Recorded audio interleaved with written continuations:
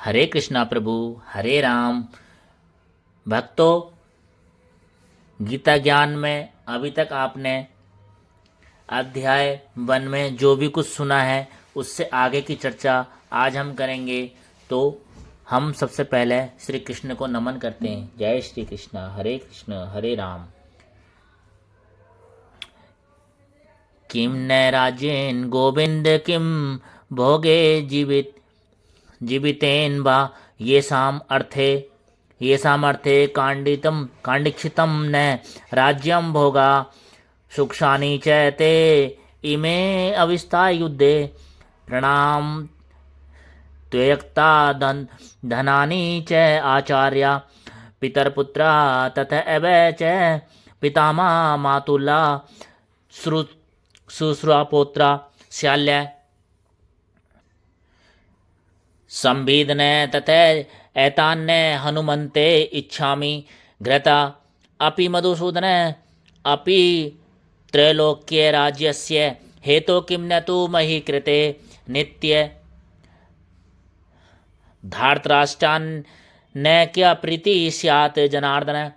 हे गोविंद, हमें राज्य सुख अथवा इस जीवन से क्या लाभ है, क्योंकि जिन सारे लोगों के लिए हम उन्हें चाहते हैं वे ही इस युद्ध में खड़े हैं। हे मधुसूदन, जब गुरुजन, पितृगण, पुत्रगण, पितामह, मामा, ससुर, पौत्र, साले तथा अन्य सारे संबंधी अपना अपना धन एवं प्राण देने के लिए तत्पर हैं और मेरे अन्य सारे संबंधी अपना अपना धन प्राण देने के लिए तत्पर हैं, मेरे समक्ष खड़े हैं, तो फिर मैं इन सब को क्यों मारना चाहूंगा, भले ही वे मुझे क्यों ना मार डालें। हे जीवों के पालक, मैं इन सब से लड़ने को तैयार नहीं, भले ही बदले में मुझे 3 लोग क्यों ना मिलते हों। इस पृथ्वी की तो बात ही छोड़ दें, भला धृतराष्ट्र के पुत्रों को मारकर हमें कौन सी प्रसन्नता मिलेगी।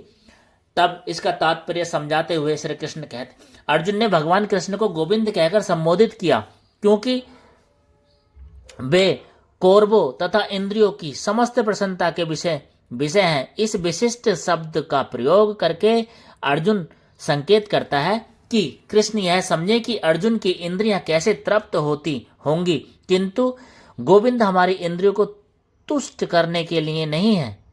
हाँ, यदि हम गोविंद की इंद्रियों को तुष्ट करने का प्रयास करते हैं तो हमारी इंद्रियां स्वतः तुष्ट होती हैं।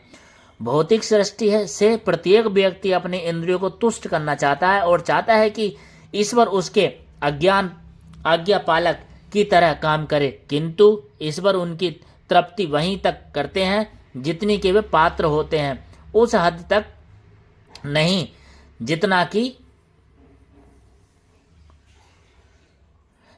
वे चाहते हैं। किंतु जब कोई इसके विपरीत मार्ग ग्रहण करता है, अर्थात जब वह अपनी इंद्रियों की तृप्ति की चिंता न करके गोविंद की इंद्रियों की तुष्टि करने का प्रयास करता है, तो गोविंद की कृपा से जीव की सारी इच्छाएं पूर्ण हो जाती हैं। यहाँ पर जाति तथा कुटुंब के प्रति अर्जुन का प्रगाढ़ इसने आंशिक रूप से इन सब के प्रति उसकी स्वाभाविक करुणा के कारण है। अतः वह युद्ध करने के लिए तैयार नहीं है। हर व्यक्ति अपने वैभव का प्रदर्शन अपने मित्रों तथा स्वजनों के समक्ष करना चाहता है, किंतु अर्जुन को वह है कि उसके सारे मित्र तथा परिजन युद्ध भूमि में मारे जाएंगे और वह विजय के पश्चात उनके साथ अपने वैभव का उपयोग नहीं कर सकेगा। भौतिक जीवन का यह सामान्य लेखा जोखा है, किंतु आध्यात्मिक जीवन इसके सर्वत्र भिन्न होता है। चूंकि भक्त भगवान की इच्छाओं की पूर्ति करना चाहते हैं, अतः भगवत इच्छा होने पर वह भगवान की सेवा के लिए सारे ऐश्वर्य स्वीकार कर सकता है, किंतु यदि भगवान की इच्छा न हो तो वह एक पैसा भी ग्रहण नहीं करता। अर्जुन अपने संबंधियों को मारना नहीं चाह रहा था, और यदि उनको मारने की आवश्यकता हो तो अर्जुन की इच्छा थी कि कृष्ण स्वयं उनका वध करें। इस समय उसे यह नहीं पता है कि कृष्ण उन सबों को युद्ध भूमि में आने के पूर्व ही मार चुके हैं और अब वे उन्हें निमित्त मात्र बनना है। इसका उद्घाटन अगले अध्याय में होगा। भगवान का असली भक्त होने के कारण अर्जुन अपने अत्याचारी बंधु बांधवों से प्रतिशोध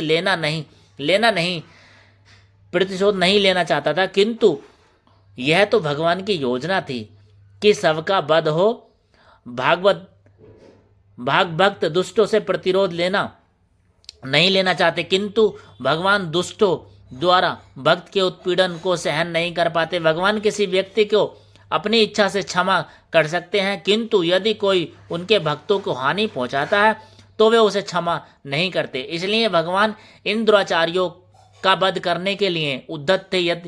यद्यपि अर्जुन उन्हें क्षमा करना चाहता था। पापम एवं आश्रेत अस्मान हत्व एतान आताइनि तस्मात् न आहार्य हन्तुमं धार्तराष्ट्रान् स बान्धवान् स्वजन ही कथम हवा हित्वा सुखिन श्याम माधव। यदि हम ऐसे अतिथियों का वध करते हैं तो हमें पाप चढ़ेगा, अतः यह उचित नहीं होगा कि हम धृतराष्ट्र के पुत्रों तथा उनके मित्रों का वध करें। हे लक्ष्मीपति कृष्ण, इससे हमें क्या लाभ और अपने ही कुटुंब को मारकर हम किस प्रकार की सुखी हो सकती है, ऐसा अर्जुन मधुसूदन से कहते हैं। तब इसका तात्पर्य से समझाते हैं। वैदिक आदेश अनुसार आतताई 6 प्रकार के होते हैं। नंबर 1 विष देने वाला, नंबर 2 घर में अग्नि लगाने वाला, घातक हथियार से आक्रमण करने वाला, धन लूटने वाला, दूसरे भी भूमि हड़पने वाला तथा पराई स्त्री का अपहरण करने वाला। ऐसे अतिथियों को तुरंत वध कर देना चाहिए, क्योंकि इनके वश से कोई पाप नहीं लगता। अतिथियों का इस तरह वध करना किसी सामान्य व्यक्ति को शोभा नहीं दे सकता, किंतु अर्जुन कोई सामान्य व्यक्ति नहीं था, वह स्वभाव से साधु है, अतः वह उनके साथ साधुवत व्यवहार करना चाहता था, किंतु इस प्रकार का व्यवहार क्षत्रिय के लिए उपयुक्त नहीं था। यद्यपि राजा के लिए उत्तरदायी व्यक्ति को साधु प्रकृति का होना चाहिए, किंतु उसे कायर नहीं होना चाहिए। उदाहरणार्थ भगवान राम इतने साधु थे कि आज भी लोग राम राज्य में रहना चाहते हैं, किंतु उन्होंने कभी कायरता प्रदर्शन नहीं की। रावण आतताई था, क्योंकि वह राम की पत्नी सीता का अपहरण करके ले गया था, किंतु राम ने उसे ऐसा पाठ पढ़ाया जो विश्व इतिहास में बेजोड़ है। अर्जुन के प्रसंग में विशिष्ट प्रकार की अतिथियों से भेंट होती है। ये है उसकी निजी पितामह, आचार्य, मित्र, पुत्र, पौत्र इत्यादि। इसलिए अर्जुन ने विचार किया कि उनके प्रति वह सामान्य अतिथियों जैसा कटु व्यवहार न करे। इसके अतिरिक्त साधु पुरुषों को तो क्षमा करने की सलाह दी जाती है। साधु पुरुषों के लिए ऐसे आदेश किसी राजनीतिक आपातकाल से अधिक महत्व रखते हैं। इसलिए अर्जुन ने विचार किया कि राजनीतिक कारणों से स्वजनों का वध करने की अपेक्षा धर्म तथा सदाचार की दृष्टि से उन्हें क्षमा कर देना श्रेयस्कर होगा। अतः क्षणिक शारीरिक सुख के लिए इस तरह वध करना लाभप्रद नहीं होगा। अंततः जब सारा राज्य तथा उसके प्राप्त सुख स्थायी नहीं है, तो फिर अपने स्वजनों को मारकर वह अपने ही जीवन तथा शाश्वत मुक्ति को संकट में क्यों डाले। अर्जुन द्वारा कृष्ण को माधव अथवा लक्ष्मीपति के रूप में संबोधित करना भी सार्थक है। वह लक्ष्मीपति कृष्ण को यह बताना चाह रहा था, किंतु वे ऐसा काम करने के लिए प्रेरित न करें जिससे अनिष्ट हो, किंतु कृष्ण कभी भी किसी का अनिष्ट नहीं करते, भक्तों का तो कदापि नहीं करते। यदि अपि एतेन पश्यन्ति लोभ चेतस कुलक्षय कृतं दोषं मित्र द्रोहो च पातकं कथम न ज्ञे अस्माभि पापताम अस्मात् निर्वतितुम कुलक्षय कृतं दोषं पश्येद्युति।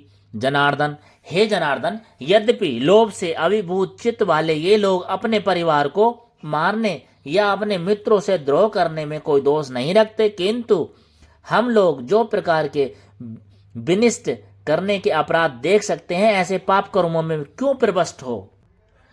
अर्थात क्षत्रिय से यह आशा नहीं की जाती है कि वे अपने विपक्षी दल द्वारा युद्ध करने या जुआ खेलने का आमंत्रण दिए जाने पर मना करे। ऐसा अनिवार्यता में अर्जुन लड़ने से नकार नहीं सकता, क्योंकि उसको दुर्योधन के दल से ललकारा था। इस प्रसंग में अर्जुन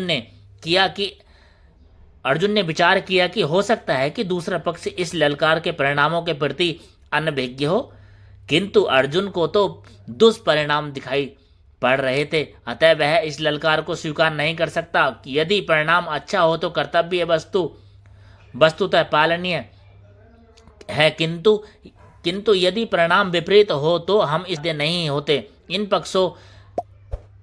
इन पक्षों पर विचार करके अर्जुन ने युद्ध न करने का निश्चय किया। शेष चर्चा आगे। कृष्णा हरे राम।